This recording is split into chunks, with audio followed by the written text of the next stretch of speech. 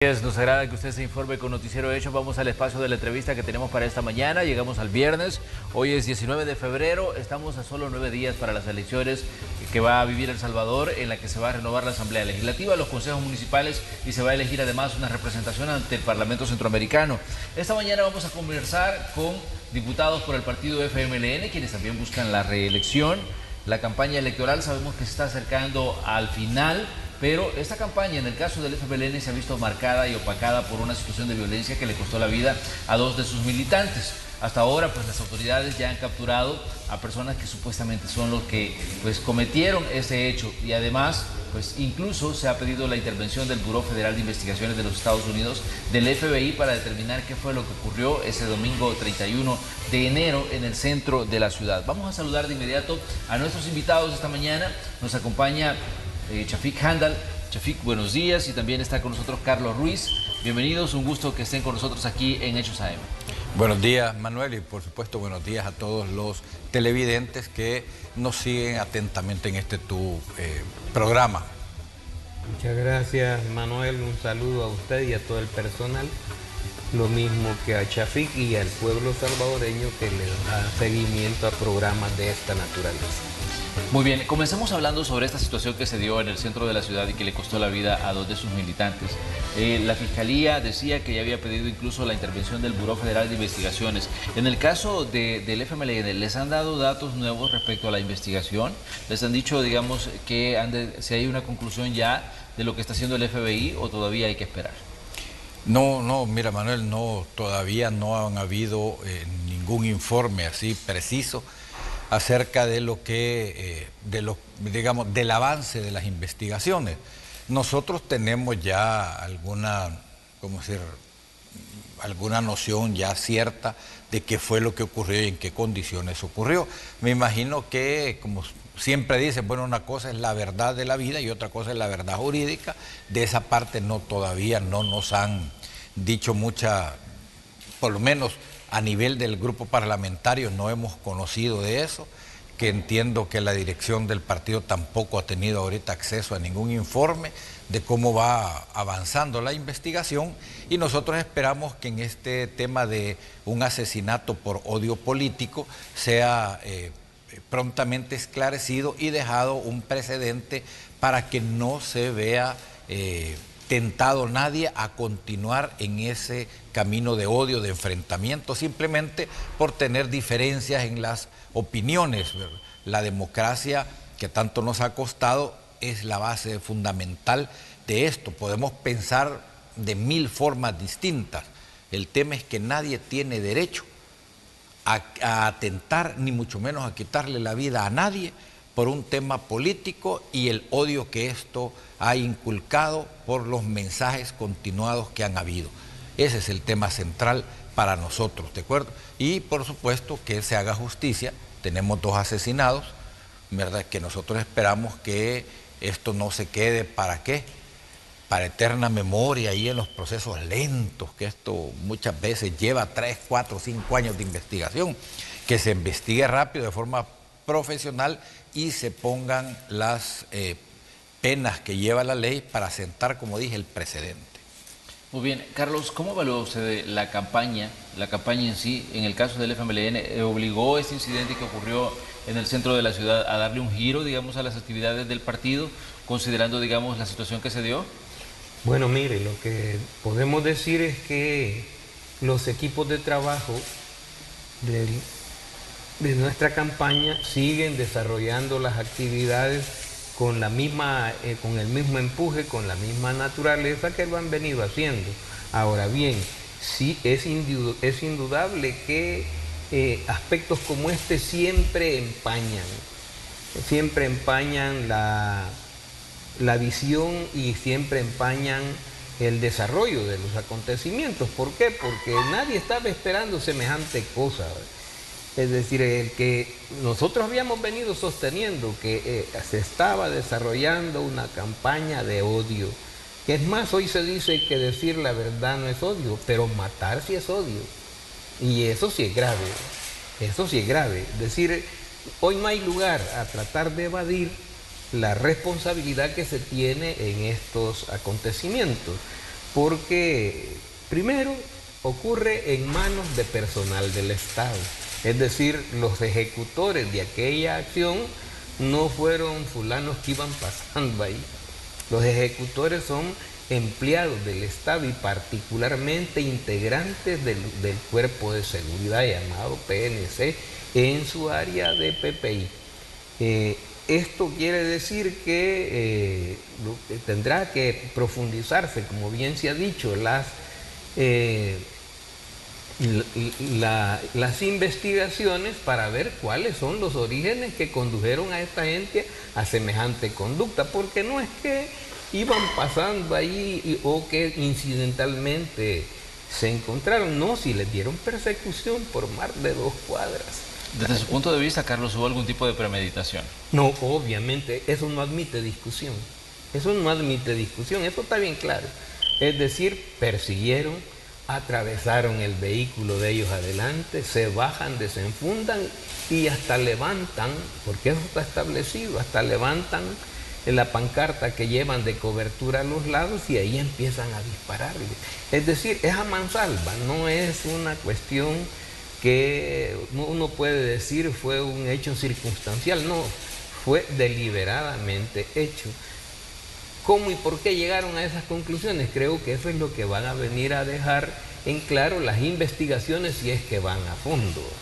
Y bueno, nosotros esperaremos los resultados de esa investigación y como bien se ha dicho, lo que no estamos de acuerdo es en que esto vaya pasando el tiempo y no se llegue al final a una conclusión definitiva de los acontecimientos.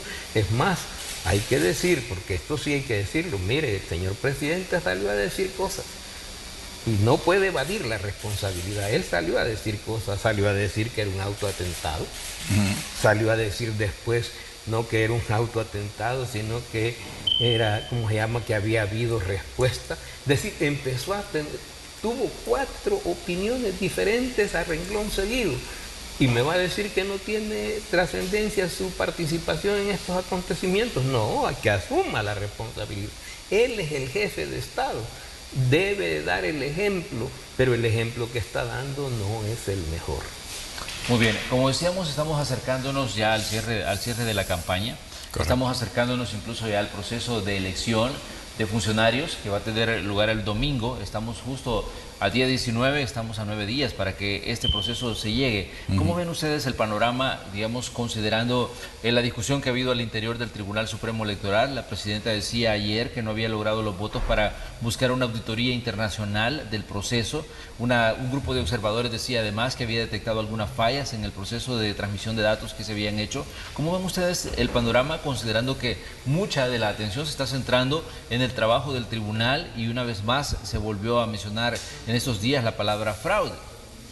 Bueno, mira, está claro que hay una intención de gritar fraude de todas maneras. Si llegan a ganar tal y como ellos esperan ganar, van a decir ganamos a pesar del fraude.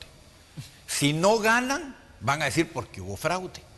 Y cuando digo si no ganan, no es el hecho de que no van a tener diputados, por supuesto que van a tener diputados, me refiero en este caso al partido Nuevas Ideas, ¿verdad? Va a tener diputados. Ahora, que son los que ellos esperan y en la cantidad que ellos esperan, está claro ya que no van a tener eso que ellos quieren. Entonces, qué mejor manera que empezar a gritar fraude para descalificar un proceso y decir, no, es que porque pasaron a un sistema informático y entonces ahí había una fórmula y le van a empezar a buscar 3 pies al gato.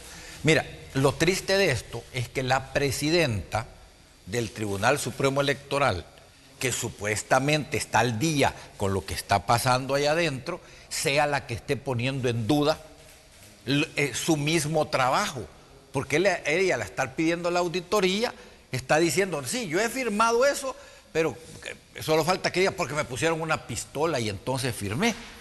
¿De acuerdo?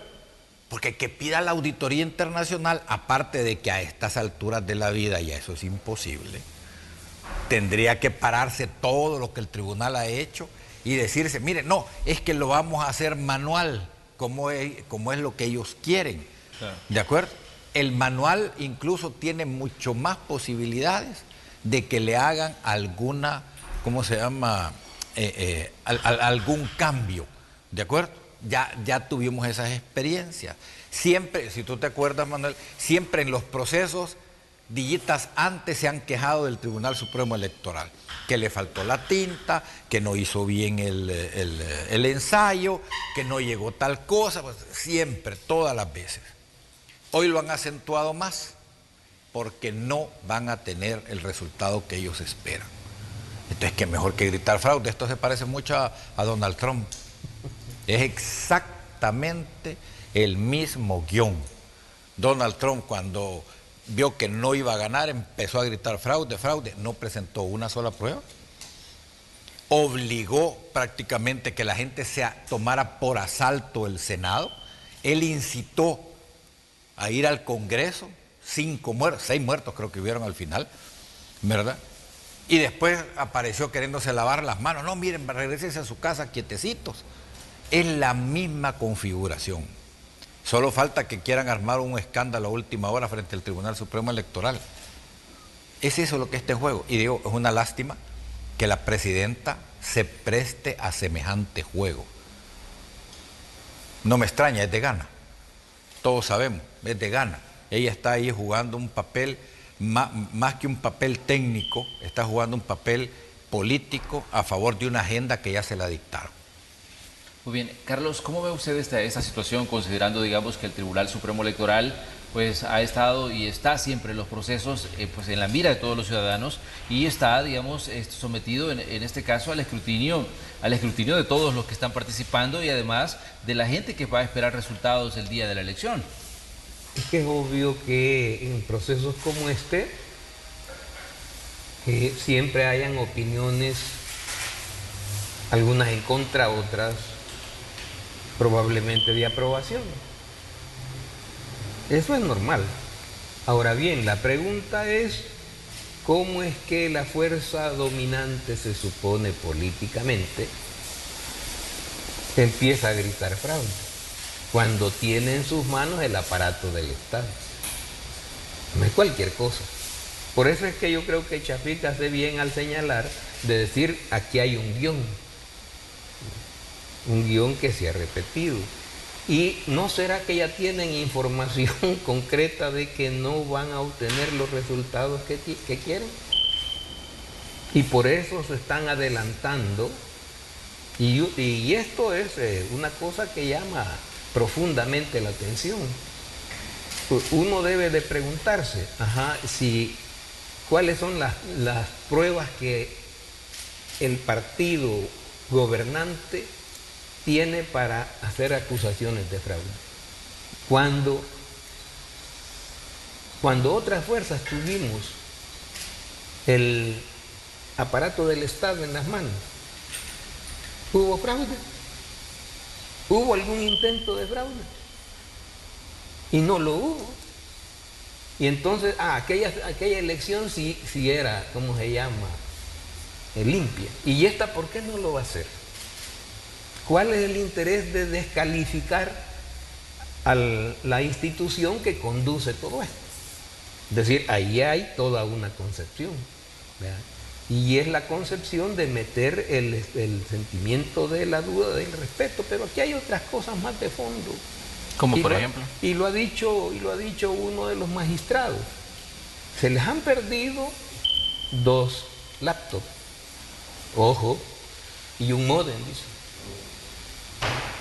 que estaba vinculado ya al aparato. Al sistema. Al sistema de transmisión. Pues sí, al sistema de transmisión estaba vinculado. ¿Quién se lo llevó? ¿Quién lo sustrajo? Señora Presidenta, ¿no cree que esa debería ser su responsabilidad, profundizar en esos acontecimientos? Pero no es así. Y lo que están es cantando, decir, primero, si no hay una gran votación como ellos la esperan, van a decir que por eso hubo fraude, porque no hubo una gran votación. La verdad es que ellos ya tienen prácticamente conciencia de que el sistema no da para lo que ellos dicen. Es que no da. Es decir, el sistema de cocientes y residuos no permite que alguien lo agarre todo. Claro. ¿Verdad? Eso para empezar es así. Y segundo, mire, ¿y cuál es la propuesta que le están haciendo al país? ¿Qué es lo que proponen? Los candidatos a diputados no proponen nada. No proponen nada, solo proponen que tienen que trabajar de la mano con el presidente. Esa es toda la gran propuesta. ¿Verdad? Es decir, una posición genuflexa de la Asamblea Legislativa al órgano ejecutivo, donde se pierdan, y esto es lo grave, donde se pierda la independencia de poderes y el equilibrio necesario. Eso es lo que está en juego. Eso es lo que se trata de vulnerar. Yo creo que esta cosa debe preocuparle al pueblo salvadoreño en general, y le debe de preocupar porque va a tomar una decisión, y obvio que sea cual sea la decisión que el pueblo tome, uno tiene que someterse a ella. No está en discusión eso, como nunca estuvo en discusión en el pasado si alguien ha desarrollado acciones de profundidad, es las fuerzas que hemos estado participando en todos estos procesos. ¿Ha habido o no ha habido alternancia? Esas son preguntas que deben responder. ¿Ha habido alternancia? Y es más, ¿la alternancia los cubre a ellos? Sí, los cubre, los alcanza. ¿Por qué? Porque si no, no estuvieran en el Ejecutivo. Pero están en el Ejecutivo. Y entonces, ¿cómo es que hoy vienen a quejarse? Y es más, y quieren que hayan procesos regresivos, es decir, algo así como si la técnica me sirve, es decir, si los troles me sirven, son buenos. Si los troles no me sirven, son malos y hacen daño. Si la tecnología me sirve para tener un control más preciso de los resultados de un proceso que se va a desarrollar, entonces si me sirve, bueno, pero si no me sirve, es malo. Y entonces pido, es decir, en la era de viajar al espacio, pido que andemos por cordillera. Esas son las conductas que estamos viendo. Entonces, hay una actitud de responsabilidad. No la hay. Y hay que decir que desgraciadamente, desde la cabeza principal de la conducción del Estado han estado saliendo todos esos planteamientos, porque no es que lo gritaron abajo. Mire, aquí ya se dieron cosas. ¿Quiénes privaron de libertad a los del Tribunal Supremo Electoral? ¿Quiénes lo privaron? ¿Y eso es violatorio a toda norma o no es violatorio?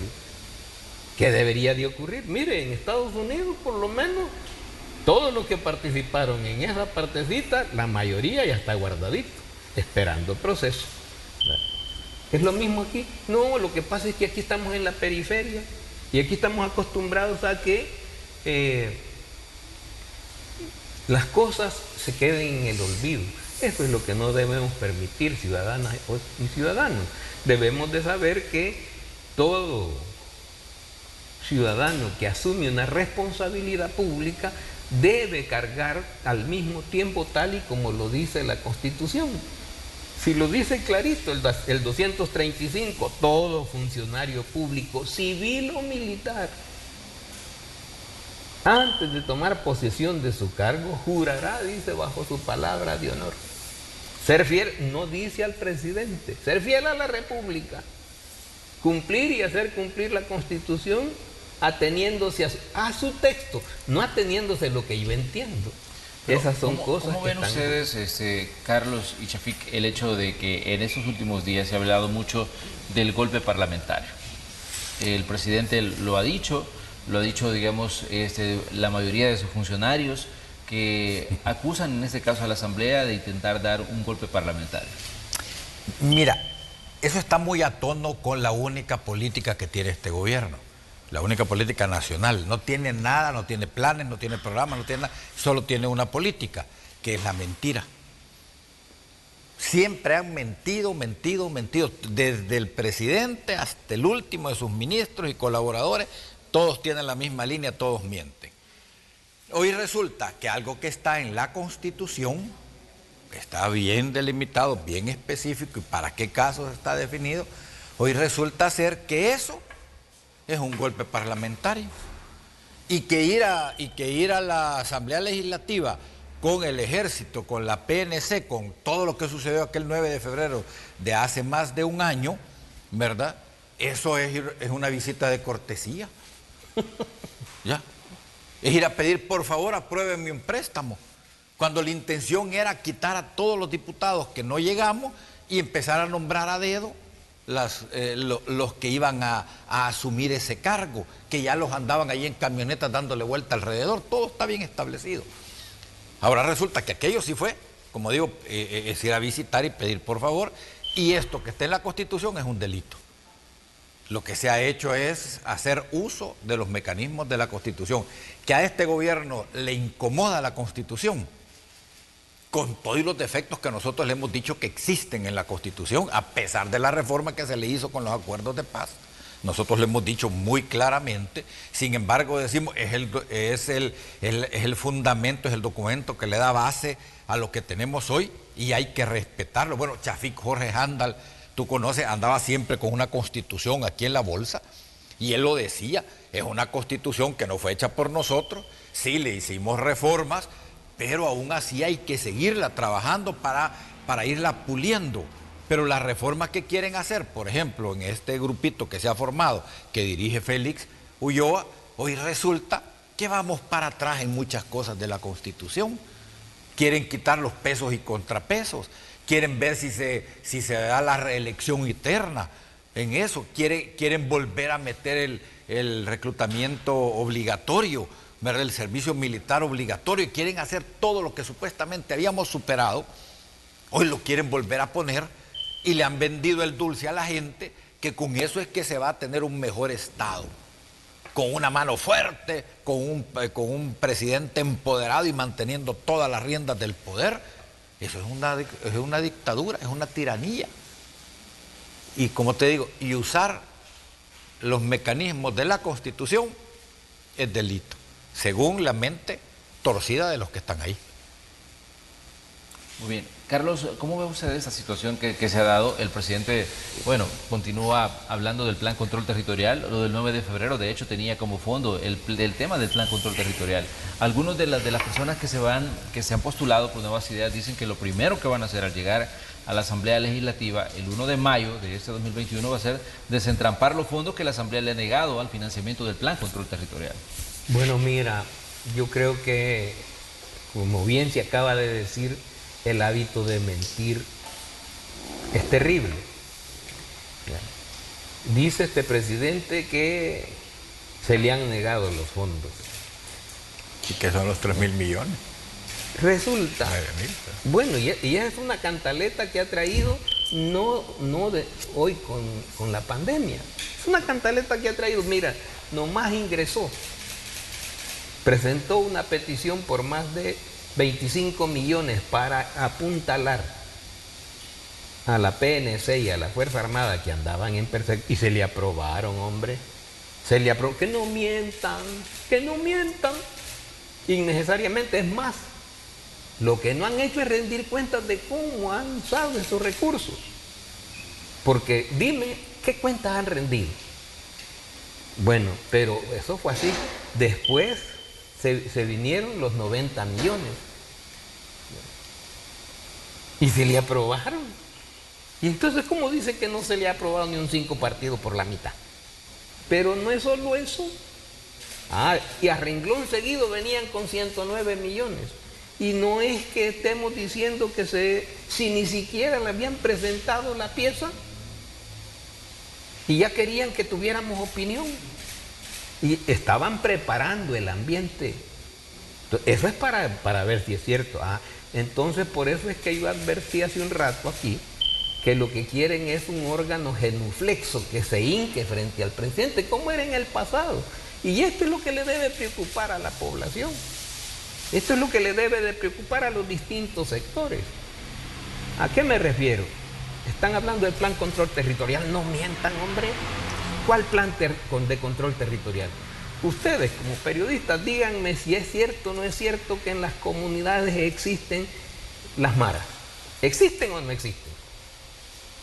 ¿Y entra la gente libremente o no entra la gente libremente? Que vaya una joven o un joven, incluso un adulto o una adulta que no sea conocido y entre a ver si es cierto que sale. ¿Y entonces cuál es el plan de control territorial?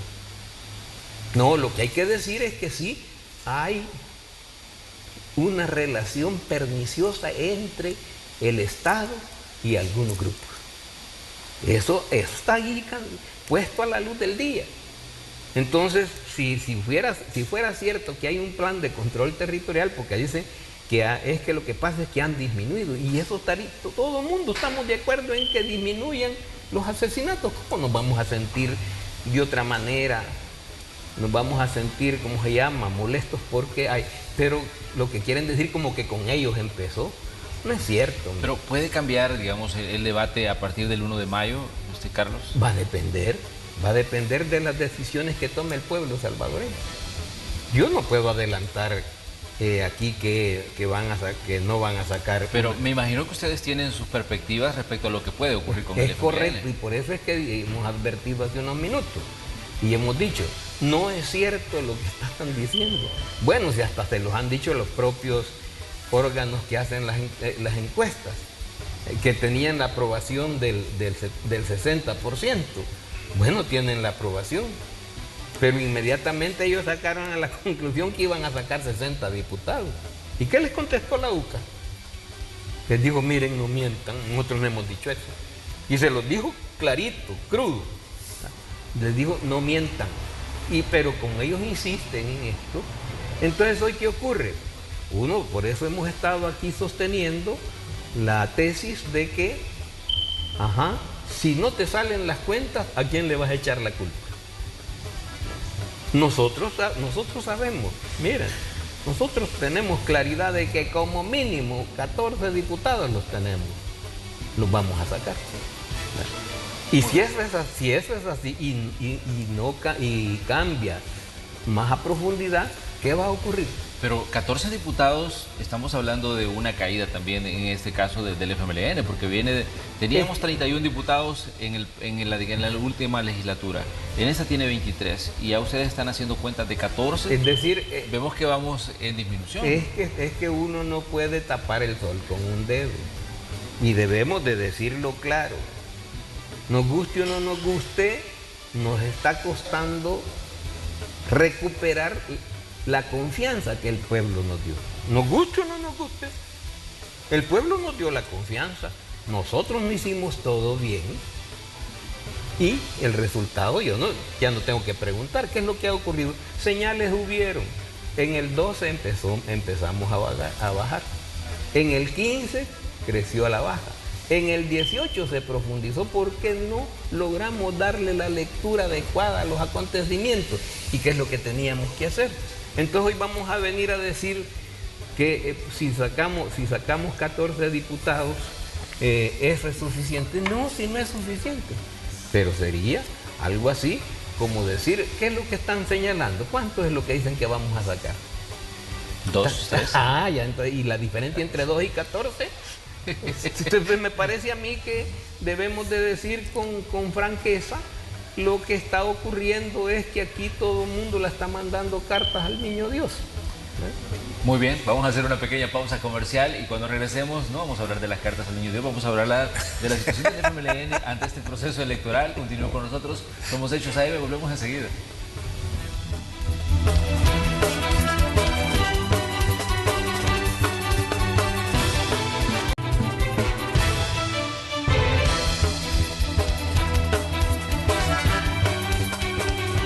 Estamos en la mañana del viernes, cerrando una semana más de trabajo y cada vez más cerca del proceso electoral que va a vivir El Salvador el 28 de febrero. Hoy tenemos como invitados a Carlos Ruiz y a Chafik Handal y estamos hablando sobre las perspectivas del FMLN. Ya nos decía Carlos Ruiz, que ellos tienen, digamos, haciendo cuentas, haciendo números, digamos, un promedio de 14 diputados en la Asamblea Legislativa. Pero hay diferentes puntos en contraste respecto a la visión que puede tener en este caso el FMLN, porque incluso algunos análisis señalan que el FMLN se encuentra en este momento, Chafik, en cuidados intensivos. ¿Ustedes lo ven así? ¿Tan grave es la situación? No, mira, a mí hace poco también me preguntaron lo mismo. No, mira, nosotros hemos vivido un periodo de desestabilidad interna, ¿de acuerdo? Producto del 2018, el 2019 y lo que Carlos había dicho ya, que no se hizo una reflexión a tiempo sobre lo que nos venía sucediendo ya desde el 2012 en adelante, ¿de acuerdo? Pero esa desestabilización que hemos tenido internamente no significa que el partido esté en cuidados intensivos. No estamos agonizando. El FMLN va para rato. Y no porque nosotros lo declaremos, sino porque la vida misma te lo demuestra. Va, mira, este FMLN no nació producto de movimientos electorales. Este FMLN nació pegado a la lucha del pueblo salvadoreño, que como yo he dicho varias veces, ya dentro de poco va a cumplir 200 años de lucha ininterrumpida del pueblo salvadoreño por sus derechos, por los cambios, bueno, por todo lo que ha sucedido en este país. Casi va a cumplir 200 años desde el primer levantamiento de este pueblo, que fue con el indio Anastasio Aquino. Casi 200 años. Entonces, en todo ese periodo se han ido gestando movimientos, organizaciones, y de ahí venimos nosotros. El FMLN viene de esa tradición, de esa lucha. Que tenemos que pasar por un periodo electoral como estamos ahorita, porque el pueblo lo ha definido, bueno, estamos ahí dando la lucha también. Pero como te digo, eso no significa que nosotros, por no tener diputados los que quisiéramos tener, inmediatamente vamos a entrar en una debacle interna. No, este partido no nació para eso. Podemos tener, como te digo, esa desestabilización interna, pero eso no va a llevar al FMLN a ser menos representativo y menos fuerte de lo que muchos esperan de nosotros. Pero ha hecho, digamos, el FMLN a nivel interno el mea culpa necesario para ver y solventar las situaciones que lo han llevado al debate, digamos, de lo que le está ocurriendo hoy. ¿Lo ha hecho? Se ha tomado y se ha considerado hacer los ajustes internos que permitan reencontrarse con la gente, porque si vemos la historia reciente del FMLN, hay algo muy interesante ahí. Un partido que logra 2 periodos de gobierno significa que logra tener en 2 ocasiones la confianza de la gente. Correcto. Entonces, pero ¿qué pasa cuando, digamos, esos 2 periodos terminan y la gente de pronto ya empieza a reclamar al partido de que las cosas no se dieron, digamos, como la gente esperaba? O sea, no que le iban a regalar dinero, sino que por lo menos se tomaran las decisiones que mejoraran la calidad de vida de un ciudadano en El Salvador. Mira, Manuel, voy a referirme a algunas frases que en algún momento ha dicho Carlos. Nosotros como FMLN cometimos errores y cometimos fallas. Errores son aquellos que hicimos y lo hicimos mal. Y fallas son cosas que debimos haber hecho y no hicimos. O no las hicimos con la fuerza que tendríamos que haberlas hecho. ¿De acuerdo? Porque lo que le dijimos a la gente que íbamos a transformar, no lo transformamos en la justa medida que teníamos que haberlo hecho, o por lo menos no dejamos las bases para que eso continuara avanzando. Sí, hay que reconocerlo, no lo hicimos, ¿verdad? No hicimos la transformación necesaria del sistema. Nosotros hemos dicho, nosotros somos anti este sistema, no somos antidemocráticos, somos ante este sistema que es excluyente y que es regresivo para con las poblaciones más vulnerables. ¿De acuerdo? No hicimos lo necesario. Y si ejecutamos 200 proyectos, que por cierto, hoy en este gobierno la mayoría de los desaparecieron, que beneficiaron directamente a la población. Ahí, no solo el paquete, siempre mencionamos el paquete escolar, ¿verdad? Pero el paquete escolar lo que hay que mencionar es lo que produjo en empleos, allá donde no habían empleos, allá en los cantones, allá tierra adentro, como se dice, ¿de acuerdo? Todo lo que generó en empleo o en empleabilidad, ¿de acuerdo? Casi 500,000 de empleos entre directos e indirectos, eso generó ese paquete escolar que hoy lo están desapareciendo. El tema de los proyectos para ayudar a la mujer en su situación legal, en su situación de salud, el tema de los adultos mayores, el tema de la propiedad. Dimos más de 85,000 títulos de propiedad que nunca antes en la historia se habían dado. ¿De acuerdo? Hicimos muchas cosas. ¿Qué nos faltó hacer? Generar la conciencia necesaria en la población, en el beneficiario, de que había que defender esos logros, que no era cuestión de clientelismo político para que votes por mí la próxima elección, ¿de acuerdo? Que te estoy comprando tu voto con un paquete escolar, que te estoy comprando tu voto con los $50 al adulto mayor. Pero ¿de acuerdo? Chafik, hasta cierto punto, digamos, eso le podríamos llamar asistencialismo del Estado hacia el ciudadano. Pero ¿de qué punto, digamos, se ha logrado en el sentido de como dicen los asiáticos, no me regales un pescado, enséñame a pescar para yo poder, digamos, mantenerme solo? Por eso es que te digo, Manuel, nosotros no publicitamos adecuadamente qué es lo que significaba el paquete escolar. Solo el momento de la entrega y el niño con sus con su paquete escolar muy feliz, sí, muy bien. Pero el impacto más grande es el 500,000 de empleos allá tierra adentro, donde no había nada. Para los sastres, para los zapateros, para los talabarteros, todo lo que produjo. ¿De acuerdo? Yo represento actualmente a Usulután y yo te puedo decir, por ejemplo, en Berlín, 5 cantones donde ahí se producían los uniformes, ya no en la fábrica, sino que ahí, y lo que significó para esas familias, ¿de acuerdo? Eso es lo que me refiero, el empleo tierra adentro, en los sectores donde no había nada y que la agricultura estaba caída. Nosotros le invertimos a la agricultura, dimos, sistemas de riego en el Bajo Lempa. En el Bajo Lempa se desarrolló todo el programa aquel de la semilla, de la producción de semilla nuestra. Sí, pero Carlos, ¿qué es lo que no estamos viendo entonces o qué es lo que el ciudadano no logra ver? Porque si se dio todo eso de la forma en que Chafik lo describe, entonces, ¿qué es lo que pasa? ¿Por qué, digamos, el ciudadano no logra mantener ese nivel de confianza en un partido como el FMLN? Es que lo que hay que decir, y hay que irse a fondo, pero yo creo que este debate va a ser mejor después de este momento. Pero de todas maneras, ya que lo tocamos, debemos de decir, no hombre, mire, y no nos andemos por la rama. Fuimos despacito, despacito, renunciando al criterio revolucionario. Despacio. Y nos fuimos resbalando y cayendo y nos volvimos administradores del sistema. Es cierto. Y eso hay que decírselo al pueblo, porque tiene razón el pueblo. Yo cuando he escuchado, porque he escuchado a compañeros nuestros que dicen, es que el pueblo es ingrato, es que el pueblo no agradece. ¿Y qué nos tiene que agradecer el pueblo? El pueblo no nos tiene que agradecer nada, nosotros le debemos agradecer a él. Pero eso no lo hicimos. Bueno, mire, yo lo voy a decir aquí y que quede clarito para todo el mundo. Señor ministro de Hacienda, señor Cáceres, ¿cuál era su preocupación? Pagarle a los banqueros, pero dejaba colgados a los micros y pequeños. A los productores. Es decir, los dejaba colgados hasta 4 meses. Y allí nos hizo falta talante. ¿Ya? Es decir, esas son de las cosas.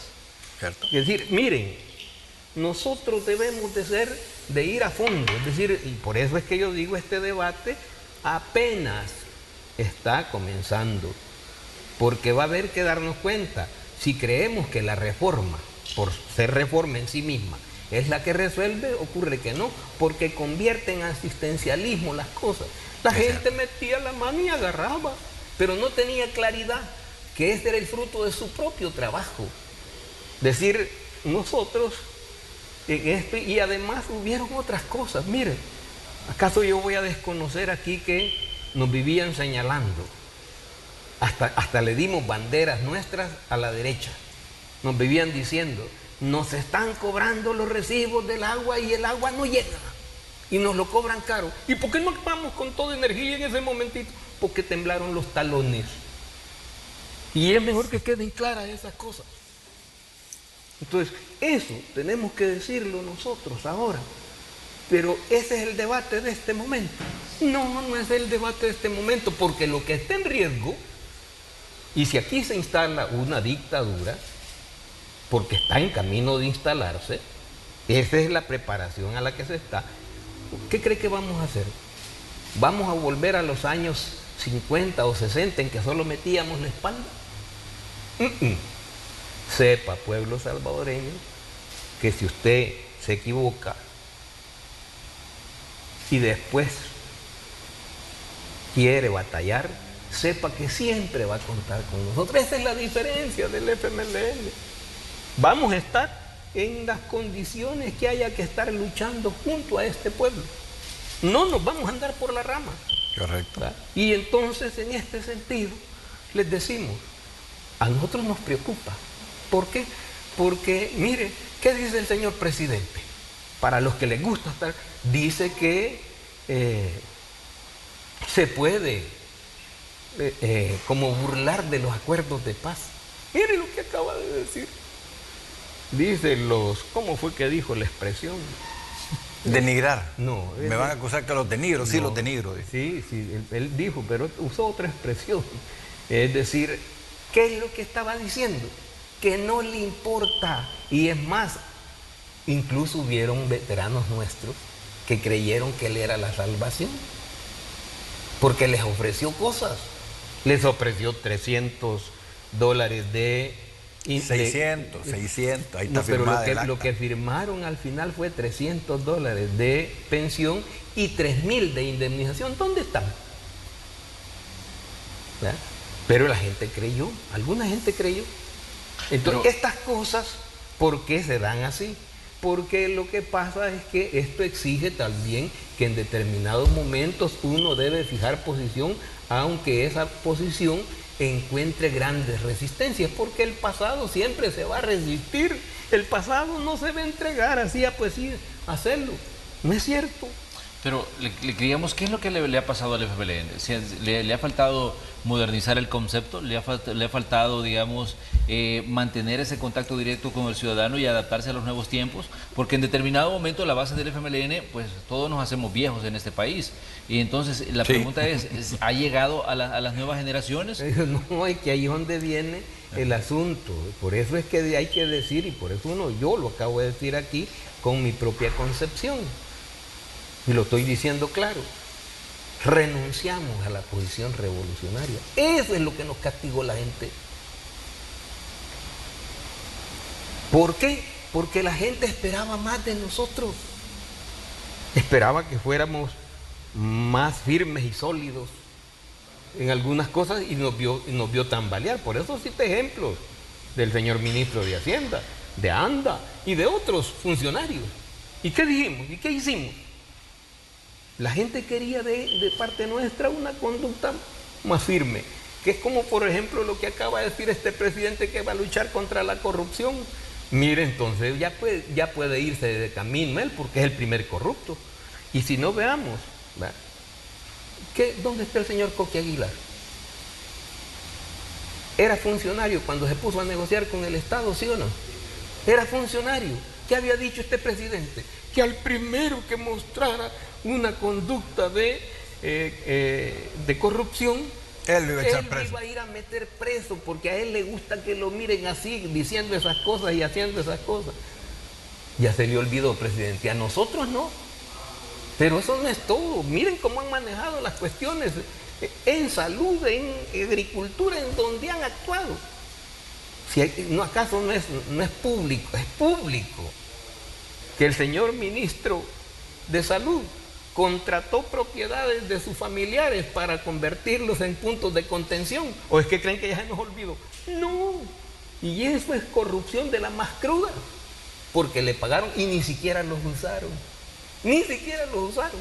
Entonces, pero hoy vienen a decir, dicen, ¿qué es lo que dice su propaganda? Dice, para sacar a los diputados corruptos, yo les diría, no voten por Nuevas Ideas porque son lo peor. ¿No? Correcto. ¿Cómo ven ustedes, digamos, el debate que puede abrirse en la Asamblea a partir del 1 de mayo de este 2021, cuando toma posesión pues la nueva Asamblea Legislativa que se va a elegir el 28 de febrero? ¿Consideran ustedes que el debate puede, digamos, ser mucho más interesante o ser mucho más maduro y ir acorde a las necesidades del país, o consideran que el debate va a bajar de calidad, considerando, digamos, lo que está viviendo El Salvador y lo que puede esperar de este 28 de febrero? Bueno, mira, nosotros esperaríamos que el debate suba de calidad. porque efectivamente nos vamos a enfrentar dos formas de ver la vida distinta, ¿de acuerdo? Dos concepciones políticas completamente distintas. Una que exacerba el tema de la personalidad y quiere concentrar el poder para establecer una tiranía, establecer una dictadura y hacer lo que se le venga en gana desde la presidencia, manteniendo todos los demás poderes sumisos, y los que pensamos, y así lo hemos demostrado toda la vida y en eso hemos luchado siempre, de que debe haber una democracia que nos incluya a todos y que esté en función de los más vulnerables, del pueblo en general, del pueblo trabajador. Y cuando digo los más vulnerables me refiero al 95% del pueblo salvadoreño, que es el más vulnerable. Ahí entran todos, entra lo que se le llama clase media, entra lo que se le llama clase más baja, todos entramos, en definitiva, trabajadores que somos todos. Entramos en el somos los más vulnerables, ¿de acuerdo? En dos visiones distintas. El tema es la calidad de los que van a llegar, que solo dicen como bandera, miren, vamos a hacer lo que el presi diga, lo que el presi nos pida, eso es lo que nosotros vamos a hacer. Ninguna apuesta, ningún pensamiento, más que levantar. ¿Te acuerdas? Él decía, aprieten el botón. Eso es lo que él quiere, nada más gente que solo llegue a hacerle con el dedo así, a ver, ¿dónde quiere? Ahí va, ahí aprieto. Ninguna discusión, ningún aporte, más que eso, y recibir la paga que tanto dicen, que no, que tan dignos se ponen. No, mira que esa paga de los diputados, van a estar con la mano así, ya apreté el botón, presi, mi paga. ¿De acuerdo? Eso es lo que van a estar felices y contentos. Ninguno de ellos les vas a ver, ni han propuesto.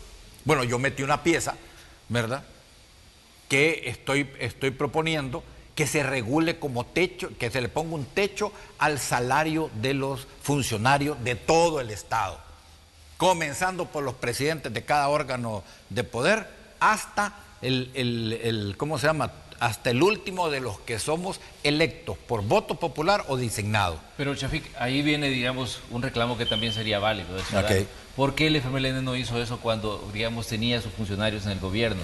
Cuando también en determinado momento hubo escándalos de cuánto ganaba, por ejemplo, un ministro de Hacienda, de cuánto ganaba un presidente de Autónoma, y que se cuestionaba, digamos, esos ingresos, y que en determinado momento tal vez no estaban dando los resultados que la gente quería. El caso ya lo mencionaba ahí con nombres y apellidos, en este caso Carlos. Bueno, mira, es por lo que Carlos dijo, ¿verdad? Renunciamos al tema de hacer esas cosas por estar administrando el Estado. Cuando yo te decía, miren, no generamos en las personas, en el pueblo en general, la conciencia necesaria de defender los logros y los derechos que ellos tienen, sino que los volvimos clientes electoreros. Es cierto, porque renunciamos a nuestro papel. Poco a poco nos fuimos involucrando en el Estado, ¿verdad? Hay que arreglar aquello, hay que arreglar lo otro, y nos olvidamos del contenido social de nuestra política. Y no me refiero por los proyectos, sino el convencer a la gente. Bueno, mire, aquí vuelvo al caso, porque es el más emblemático, el de los paquetes. Mire, qué bueno, aplauda que su hijo tiene eso, pero póngale atención a lo que está generando en empleo. Y eso es lo que hay que defender, ¿de acuerdo? El empleo que se generó, ¿por qué? Porque entre más empleo, menos inseguridad. Es una relación directa que tiene eso. En todas las zonas donde hubo ese aumento en empleo, bajó la criminalidad tremendamente. ¿Por qué? Porque los hijos de esas familias, todos estamos metidos, unos cosiendo, pegando botones, otros planchando, bueno, era toda la familia trabajando. Menos inseguridad, ¿de acuerdo? Eso nos faltó a nosotros, renunciamos a hacer eso, renunciamos a la crítica a nuestros funcionarios, empezando por los salarios. Aquí tampoco no se trata de que decirle, mira, vas a ser ministro y quédate con $100 para que demostres que sos humilde, tampoco. Hay que reconocer lo justo, pero también hay salariazos de $10,000, sobre todo en las autónomas. Eso no lo regulamos nosotros, lo dejamos que sucediera. Y supimos, y hicimos críticas, pero muy tímidas. Y no fueron oídas donde tenían que ser oídas. Eso es lo que Carlos apunta y yo estoy de acuerdo plenamente con eso. Esas fueron nuestras debilidades. La gente esperaba que nosotros hiciéramos cosas que marcaran radicalmente la diferencia. Y no estamos hablando ni de socialismo ni de comunismo. Por cualquier cosa que algunos quieran decir, que hablan de socialismo. No, eso es más de... Mira, Chafik Jorge Handel decía, va a haber socialismo cuando el pueblo quiera. ¿Y cuál es nuestra tarea? Convencerlo de que ese es el mejor camino. ¿Y cómo lo vamos a convencer? Con las acciones necesarias que den la confianza de que ese es el camino. Ahí es donde fallamos. Y tenemos que ser autocríticos en eso. ¿De acuerdo? Pero eso no significa también que porque fallamos en eso vamos a dar el bandazo de unirnos a la fiesta. ¿Verdad? Como no puedes con ellos, mejor únete a la fiesta. No, si nos vamos a quedar poquitos, los que queden, ahí, bueno, vamos a hacer poquitos y los que queden tendrán que dar la batalla con lo poquito que somos. Y de ahí volver a crecer. Eso es. Así nos toca, así nos va a tocar. O les tocará a otros. A mí si no me quiero decir esto, yo si no salgo elegido, igual que Carlos, nosotros no nacimos siendo diputados. No tenemos los suficientes candados en el partido para no hacer de esto una carrera personal, de estar en la política, ¿verdad? En la política ahí de puestos. Sino que nosotros venimos de larga data de lucha social y vamos a seguir dando la lucha. Donde nos toque, ahí vamos a estar. Muy bien, estamos cerrando la entrevista y me gustaría que ustedes, como en este caso, como candidatos en este proceso que va a vivir El Salvador, ¿qué le dicen al ciudadano que nos está sintonizando esta mañana? ¿A qué se comprometen? ¿Qué le pueden ofrecer, digamos, considerando que estamos a las puertas de una elección? Carlos. Bueno, mira, en primer lugar hay que pensar cómo está la economía del país. La economía del país, ¿cómo la entregamos? La entregamos en crecimiento. ¿Cómo está ahorita? Y no me vayan a decir que está creciendo. Hemos perdido más de 174,000 puestos de trabajo. ¿Y cuántas empresas han quebrado? Y no porque no se hayan tomado medidas. Hasta se le asignaron los recursos necesarios para el fideicomiso, para apuntalar a las micro y pequeñas y medianas empresas. Si no lo han hecho, que dicho sea de paso, están en una gran publicidad, pero que en los hechos no lo están haciendo. Entonces, cuando se entregó el aparato de Estado, íbamos al crecimiento de más de 2 puntos año con año. ¿Cómo están hoy?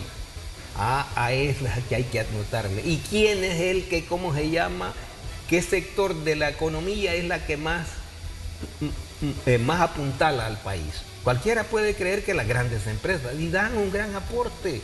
Si no, vamos a estar en contra de que existan grandes empresas. Pero realmente, ¿quién es el que se echa a la espalda de la economía del país? El micro, pequeño y mediano empresario. Esos son los que se lo echan a la espalda. Es decir, aquellos que unos contratan a veces a su propio familiar, uno más, y así vamos caminando. Otros que llegan a tener 5 o 6 empleos. Y ya los de la, ¿cómo se llama?, de la mediana empresa, que ya trascienden, pero son los que realmente cargan al país en su espalda. Esos hay que apuntalarlos. Y aquí es donde viene, mira, el fideicomiso, ¿qué se hizo? No han rendido cuentas. ¿Cómo se ha estado manejando? Entonces, estas cosas tenemos que decirlas, y los recursos se han tenido. Lo que pasa es que se están usando para otras cosas. Hay que decirlo. Pero es en esa dirección. Pero aparte, yo no soy economista, ¿ya? Entonces no me voy a poner a detallar toda esta parte, pero sí te puedo decir, estoy en la Comisión de Defensa y estoy en la Comisión de Seguridad Pública. Una de las cosas que tenemos que hacer es construir un sistema jurídico en este país, porque esa es la función de la Asamblea, que realmente aborde los problemas nacionales. Vamos a tener que discutir cómo empujar el desarrollo del país. Y eso desde la seguridad misma, porque algunos creen que seguridad implica solo labor de policía y ejército. No es cierto, no es cierto. Vamos a tener que discutir más a fondo eso. Y lo vamos a promover, y ese es nuestro compromiso. Pero también hay ¿cómo se llama?, sectores que han sido afectados y están siendo afectados gravemente por incompetencia e incapacidad y mala fe. Y me refiero, por ejemplo, a los veteranos. Tienen el presupuesto completo. ¿Crees que se lo quieren entregar a la institución? No, no se lo quieren entregar. Entonces deben de haber leyes más duras que obliguen al funcionario público a cumplir con su deber. Decir, no basta, y esto nos incluye a nosotros. Pues sí, ¿y eso qué? ¿Y eso qué que nos incluye a nosotros? Debe de haber el cumplimiento por parte del funcionario público. Pero imagínate, no les entregan el FODES a las alcaldías. Y eso, y con una orden de la sala de lo constitucional. ¿Y eso qué significa? Eso se llama declararse en rebeldía. Y en buenas cuentas se llama desacato. ¿Qué hay que hacer con eso? ¿Acaso no es un delito? Y entonces para eso se necesitan leyes que obliguen al funcionario, porque si no cumple, entonces hay que seguir el procedimiento que corresponde con él. Muy bien, tengo que cerrar el espacio de la entrevista. Agradecemos, Chafik, gracias por estar aquí. Esperemos poder vernos antes del proceso electoral o si no ya en el proceso electoral mismo, para que sigamos evaluando y sigamos analizando qué es lo que podemos esperar de este proceso de elección el 28 de febrero. Gracias por acompañarnos aquí en Hechos AM. No, gracias a ti, Manuel, y permíteme medio minuto solo para decir, además de lo que ha dicho Carlos, también el tema de la salud, porque aquí, amparado en la pandemia, se ha descuidado cosas mucho más letales en contra del pueblo salvadoreño, como por ejemplo el tema del cáncer. Solo en el tema del cáncer, el año pasado murieron más de 13,000 personas.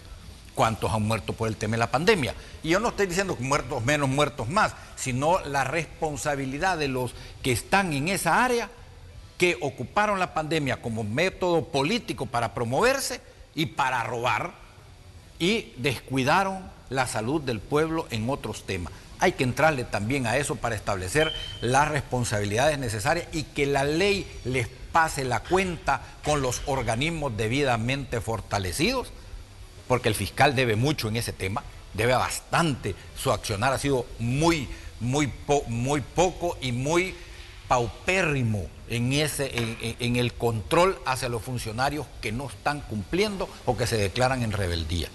Gracias, Manuel, perdona, pero lo tenía que decir también para reforzar las posiciones que ha dicho aquí Carlos. Muy bien, nosotros cerramos así el espacio de la entrevista de Hechos AM en este viernes. Vamos a la pausa, volvemos enseguida con más de Hechos AM.